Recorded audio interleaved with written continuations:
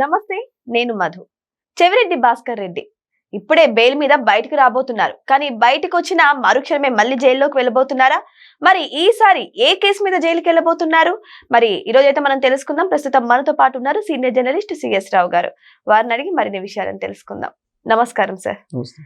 Sir, Chevireddy Bhaskar Reddy liquor scam గురించి ఆయన జైల్లో ఉన్న విషయం అందరికీ తెలిసిందే. సో ఇప్పుడు ఆయన బయటకు కూడా రాబోతున్నారు. మళ్ళీ అలా వస్తున్నారో లేదో, ఆయనకి గ్యాప్ ఇవ్వకుండా మళ్ళీ జైల్లోకి వేసేస్తారా? ఒకవేళ జైలుకి వెళ్తే ఏ రీజన్ వల్ల వెళ్లాల్సి వస్తుంది? అప్పుడైతే ఎట్టకేలకు మళ్ళీ జైలుకి వెళ్ళబోతున్నాడా అనేటువంటి చర్చ అయితే జరుగుతుంది. ఎందుకనంటే కల్తీ నెయ్యి కేసుకు సంబంధించినటువంటి విచారణ జరుగుతుంది. దాంట్లో ఛార్జ్ షీట్ కూడా వేశారు. అయితే తాజాగా పార్థసారథి గారు మంత్రి ఆయన ఏమంటున్నారంటే ఈ నెయ్యికి సంబంధించినటువంటి కల్తీ సంబంధించిన నిర్ధారణ చేయడానికి ఆ రోజున టెండర్లో సడలింపు కానీ లేదంటే క్వాలిటీకి సంబంధించిన రిపోర్ట్స్ని చెక్ చేయడానికి కానీ ఒక కమిటీని వేశారు. ఈ కమిటీలో పార్థసారథి గారు, అలాగే కొవ్వూరు ఎమ్మెల్యే ఆవిడ, చెవిరెడ్డి భాస్కర్ రెడ్డి, కరుణాకర్ రెడ్డి, వీళ్ళందరూ ఉన్నారు కమిటీలో. సో కమిటీలో ఉన్నప్పుడు వీళ్ళు కూడా బాధ్యులు అవుతారు కదా. ఇప్పుడు నిబంధనలు సడలించాలి అని అంటే కమిటీ ఇచ్చినటువంటి రిపోర్ట్ని బేస్ చేసుకొని తిరుమల తిరుపతి దేవస్థానం బోర్డు తీర్మానం చేసింది. ఏం తీర్మానం చేసింది? అప్పటి వరకు ఉన్నటువంటి కండిషన్స్ ఏవైతే ఉన్నాయో, ఇప్పుడు పాల సేకరణ ఇంత సేకరణ ఉండే సామర్థ్యం ఉండాలి, అలాగే నెయ్యికి సంబంధించి ఎంత ప్రొడక్షన్ చేయగలదు, ఇవన్నీ కొన్ని నామ్స్ అంతకుముందు పగడ్బందీ నామ్స్ ఉండేవి. సహకార డైరీలకు ఇచ్చేవి. సహకార డైరీలు సేకరించేటువంటి పాలు వాటన్నిటిని బేస్ చేసుకొని నెయ్యికి సంబంధించినటువంటి టెండర్స్ ని వాళ్ళకి ఇచ్చేవాళ్ళు.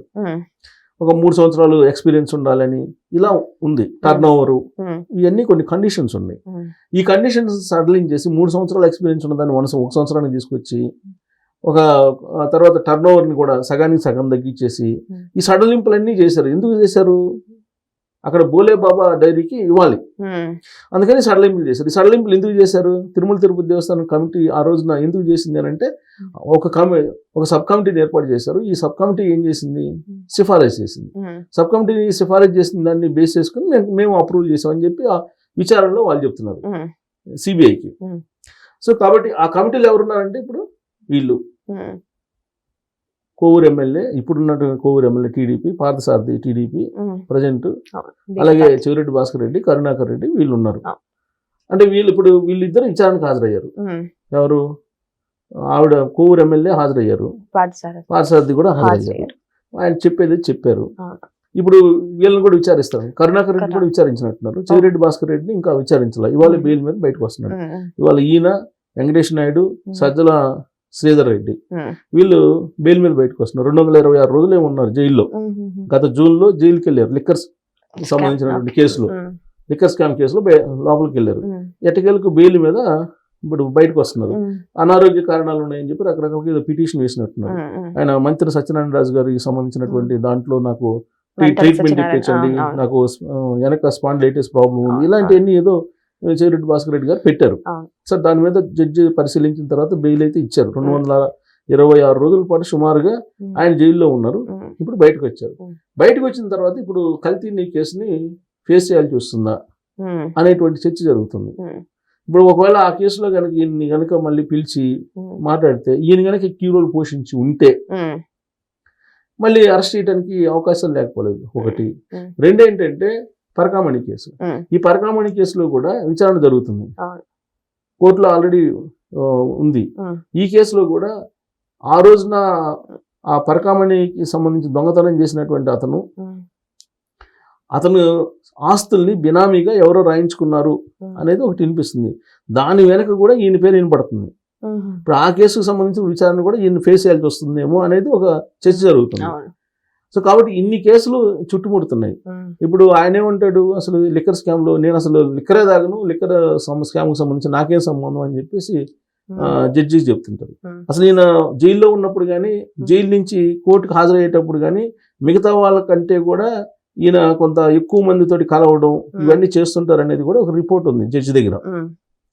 ఈయన ఇప్పుడు బయటకు వస్తారు. బయటకు వచ్చిన తర్వాత కనుక ఒకవేళ కోర్టు ఇప్పుడు బెయిల్ ఇచ్చిందంటే కండిషన్ బెయిల్ ఇస్తుంది, ఫుల్ పేజ్గా బెయిల్ ఇవ్వదు. ఇప్పుడు ఏం కండిషన్స్ పెట్టింది? పాస్పోర్ట్ హ్యాండ్ ఓవర్ చేయమంది, అలాగే విదేశాలకు వెళ్ళొద్దు అని చెప్పింది. ఇవన్నీ కండిషన్స్. అలాగే ఈ కేసుకు సంబంధించి కూడా కొన్ని అంశాలు బయట ప్రస్తావించకూడదు అనే కండిషన్స్ కూడా ఉంటాయి. ఏమున్నాయి అనేది ఇంకా నేను చదవలేదు. ఉంటాయి కండిషన్ బెయిల్, ఎవరికి ఇచ్చినా కానీ కండిషన్ బెయిలే ఇస్తారు. ఆ కండిషన్స్ ఉంటాయి. ఈ కండిషన్స్ లోబడి ఆయన ఉండాలి. మరి కండిషన్స్ లోబడి ఉండేటువంటి నాయకుడు ఆయన అంటే కాదు అని చెప్పేసి ఆయన అనుచరులు చాలా మంది భావిస్తూ ఉంటారు. ఇక్కడ ఇంకోటి ఏంటంటే సార్, మళ్ళీ ఆయన అరెస్ట్ అవుతారా కాదనడానికి మిథున్ రెడ్డికి కూడా ఇలాగే బెయిల్ రూపంలో బయటకు వచ్చారు. మళ్ళీ లోపల వేసింది లేదు. ఆల్రెడీ విచారణ సిట్ విచారణ జరిగింది లిక్కర్ స్కామ్ గురించి. దాంట్లో కూడా తెలివిగా తప్పించుకోవడం అయితే జరిగింది. సో ఈ విధంగానే చెవిరెడ్డి భాస్కర్ రెడ్డి కూడా తప్పించుకునే ప్రయత్నాలు చేస్తారంటారు. వన్స్ జైలు నుంచి బయటకు వచ్చిన తర్వాత మళ్ళీ జైలుకి వెళ్ళడం అనేది చాలా వరకు ఇప్పుడున్నటువంటి పరిస్థితుల్లో జరగదు. అసలు ఆ జైలుకి పంపించడమే చాలా పెద్ద అద్భుతం అన్నట్టుగా ఇప్పుడు ఉంది వ్యవహారం. సో కాబట్టి వన్స్ బయటకు వచ్చిన తర్వాత మళ్ళీ జైలుకి వెళ్తాడు అనేది లేదు. కాకపోతే ఆల్రెడీ ఈ కేసులు ఉన్నాయి కదా, మరి ఈ కేసులు ఏం చేస్తారనేది జనరల్ గా సమాజం కదా, సమాజంలో రకరకాలుగా చర్చించుకుంటారు.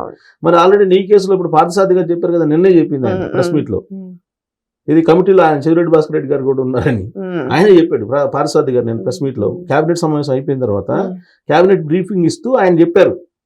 సో కాబట్టి ఒకవేళ మళ్ళీ విచారిస్తారేమో అనేది ఒకటి. ఇప్పుడు ఆల్రెడీ బెయిల్ మీద వచ్చినప్పుడు మళ్ళీ వెళ్ళాలా, ఎందుకంటే ఆల్రెడీ లిక్కర్ స్కామ్ లో ధనంజయ రెడ్డి గారు బయటకు వచ్చారు, తర్వాత బాలాజీ గోవిందప్ప బయటకు వచ్చారు, ఆయనతో పాటు కృష్ణమోహన్ రెడ్డి గారు బయటకు వచ్చారు. వీళ్ళందరూ బయటకు వచ్చారు, మళ్ళీ వెళ్ళలేదు. అలాగే మిథున్ రెడ్డి గారు బయటకు వచ్చారు, ఆయన వెళ్ళలేదు. సో వచ్చి మళ్ళీ ఇప్పుడు రాజకేశ్ రెడ్డి ఉన్నాడు A1, ఆయనే కదా మొత్తం. ఇప్పుడు ఆయన ఇంకొక అతను ఇద్దరు ఉన్నారు జైల్లో. ఆయన కూడా ఇవాళ పిటిషన్ వేశారు, బెయిల్ పిటిషన్ వేస్తే అది తిరస్కరించారు. ఇప్పుడు ఆయన కూడా బయటకు వచ్చారు అనుకోండి, ఇక లిక్కర్ కేసు మర్చిపోవటమే. నాకెందుకు వాళ్ళు కూడా బయటకు వస్తారేమో అనిపిస్తుంది. రాకుండా ఉంటారు కదా. ఎందుకంటే ఇక్కడ జగన్ టీం ఒక్కొక్కరుగా ప్లాన్ ప్రకారం బయటకు వస్తున్నారు సార్.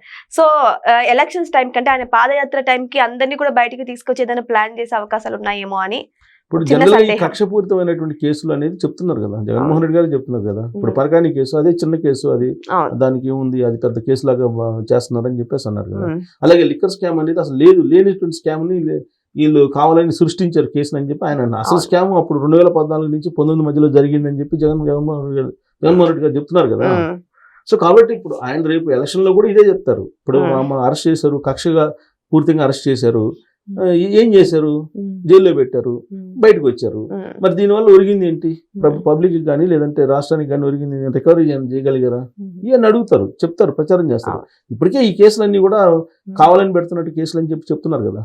మీరు అన్నట్టు వీళ్ళందరినీ డయాస్ మీదకి తీసుకెళ్ళిపోయేసి ఇదిగో వీళ్ళందరినీ అరెస్ట్ చేశారు, వీళ్ళు చేసినటువంటి పాపం ఏంటి అని చెప్పి అడుగుతారు, ప్రచారం చేస్తారు. ప్రచారం ఇప్పుడు వినేవాళ్ళు లేదా నమ్మేవాళ్ళు ఉంటారు.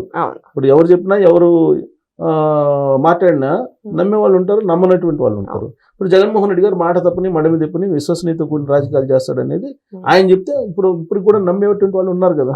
సో కాబట్టి ఆయన చెప్తారు, చెప్పరనే ఉంది. ఇప్పుడు బెయిల్ మీద కూడా అంటే ఎన్ని రోజులు జైల్లో పెడతారు, కోర్టులు ఒప్పుకోవు. ఇప్పుడు ఎవరినైనా సరే మర్డర్ చేసిన వాళ్ళైనా కానీ జైలు నుంచి బయటకి తీసుకురావాల్సిందే కదా, బెయిల్ మీద ఎప్పటికైనా రావాల్సిందే. సో కాబట్టి ఇప్పుడు వీళ్ళు జైలు నుంచి బయటకు వస్తున్నారు. ఇప్పుడు రాజకేశ్ రెడ్డి వస్తే ఇంకా అయిపోయినట్టే, లిక్కర్ కేసు కంప్లీట్ గా ఇక ఆల్మోస్ట్ మర్చిపోయినట్టే. ఇప్పటి వరకు ఏదో అరెస్టులతోటి రన్ చేశారు, ఇక అందరూ బయటకు వచ్చారు కాబట్టి ఇంకా అది అటకెక్కినట్టు మనం భావించాలి. మరి చెవిరెడ్డి భాస్కర్ రెడ్డి అయితే ఈ రోజు బెయిల్ నుంచి బయటకు రాబోతున్నారు. మరి ఆయన కేసుల విషయంలో మళ్ళీ జైలుకు వెళ్తారా లేదా అనేది మనం వెయిట్ చేసి చూడాల్సిందే. కానీ ఇక్కడ నెయ్యి విషయంలో అంటే కల్తీ నెయ్యి విషయంలో మాత్రం బహిరంగంగానే చర్చలు జరుగుతున్నాయి. చెవిరెడ్డి భాస్కర్ రెడ్డి హస్తం ఉన్నట్టు. మరి వెయిట్ చేసి చూద్దాం ఏం జరగబోతుందని. Thank you so much. Thank you.